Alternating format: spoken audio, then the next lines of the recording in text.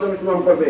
10 জন কৃষকের আপনি সার নিয়ে দিলেন, 10 জন কৃষকের অরিজিনাল কৃষকের আপনি ধান বীজ নিয়ে দিলেন, 10 জন কৃষকের আপনি একটা অফিসারকে ডেকে আনি তাদের কিভাবে কি করতে হবে শিখিয়ে দিলেন, দেখাই দিলেন। এই আস্তে আস্তে আপনার ওই ওয়ার্ড থেকে যে প্রচার হবে, এই প্রচারের মাধ্যমে আপনাকে অনেক দূরে গিয়ে নিবে। সেই জন্য আমরা কাজ করব। আমরা যারা যোগায় ক্ষুধার অন্ন, আমরা কৃষক দল কাজ করছি তাদের জন্য। এই স্লোগানকে মাথায় রেখে আমাদেরকে কাজ করতে হবে। পাশাপাশি আমরা চিন্তা করছি, আমরা উপজেলা কৃষি অফিসারদের সাথে বৈঠক করে যে স্ব ওয়ার্ডের ওই ইউনিয়ন ওয়ার্ড যে উপপরিচালক ও উপ সহকারীগুলো আছে তারা কিভাবে কাজ করছে না করছে এগুলি আমরা দেখভাল করব আমাদের কৃষক দলের মাধ্যমে। সেই জন্য আপনারা ইউনিয়ন পর্যায়ে যেসব নেতৃবৃন্দ আছেন চাওয়া পাওয়া সবে মাত্র এই সরকারের 3 মাস 3.5 মাস বা 4 মাস অনেক দূর। তারেক রহমান যেভাবে রাষ্ট্র চালাচ্ছে তারেক রহমান ক্ষমতা আগামীতে কেউ নিতে পারবে কিনা সন্দেহ আছে। কারণ আজকে উনি দেশকেই চিন্তা করছেন, উনি কিভাবে আচার আচরণ করছে আপনারা দেখছেন না। উনি সাংবাদিকদের কিভাবে প্রশ্নের উত্তর দিয়েছেন। আমি বলতে চাই বাইরে আমার তারেক রহমানের মতো তারেক রহমানকে অনুসরণ করুন। উনি কিভাবে উনি দুপুর এবং বিকালের নাস্তা অফিসে 100 টাকা দিচ্ছেন, তা আমি কেন 1000 টাকা দিতে ভাত খাবো, 700 টাকার প্লেটের ভাত খাবো। আমরা ওনাকে অনুসরণ করি। উনি ওনার দেশপ্রেম আমাদের দেশপ্রেম এক হতে হবে। আমরা পামু খামু দামু এগুলি আসবে না। আমরা সবসময় চেষ্টা করব জনগণের উপকার করতে, পাশের এলাকার লোকের উপকার করতে, যেন অন্তত আমার জানাজাটা বড় হয়। ওই জানাজায় এসে যেন সব লোক বলে এই ছেলেটা এই ওয়ার্ডে কৃষক দল করছে, কিন্তু খুব ভালো ছেলে, সবাই উপকার করছে। এই সবার দেখে দেখে দেখে দেখে সবাই সাথে কথা বলছো। এইটাই তো পাওনা। আপনি কি আর সারা বছর বাঁচবেন, সারা জীবন বাঁচবেন? আপনাকে একটা পর্যায়ে যে কোনো সময় আল্লাহ নিয়ে যাবে।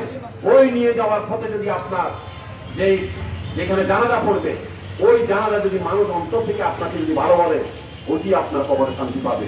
আমো দামো পাইকি পাইনো সোলামো ইত্যাদি করবেন, এগুলি কবরে যাবে না। এগুলি ওই আল্লাহ করে বিচার করা এখন কেমন লাগে।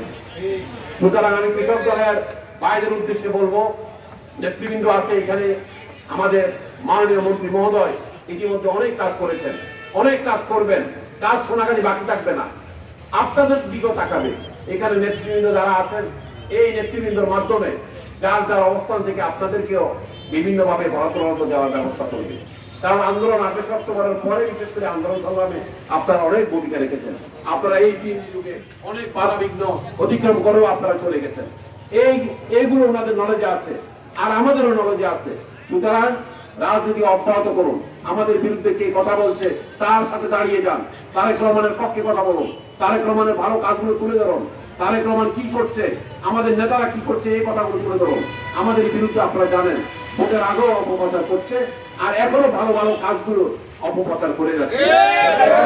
গিয়ে আমাদের নেতা কি সুন্দর একটা গান লাগিয়েছে যে মালয়েশিয়ার প্রধানমন্ত্রী, এটিও তাদের সহ্য হচ্ছে না। চীনে যায়, চীনের প্রধানমন্ত্রী, চীনের প্রেসিডেন্ট, তাদের সাথেও সুন্দর আলোচনা হয়েছে, অনেকগুলো চুক্তি নেওয়া হয়েছে। বাংলাদেশ ইনশাআল্লাহ অনেক দূরে গিয়ে যাবে।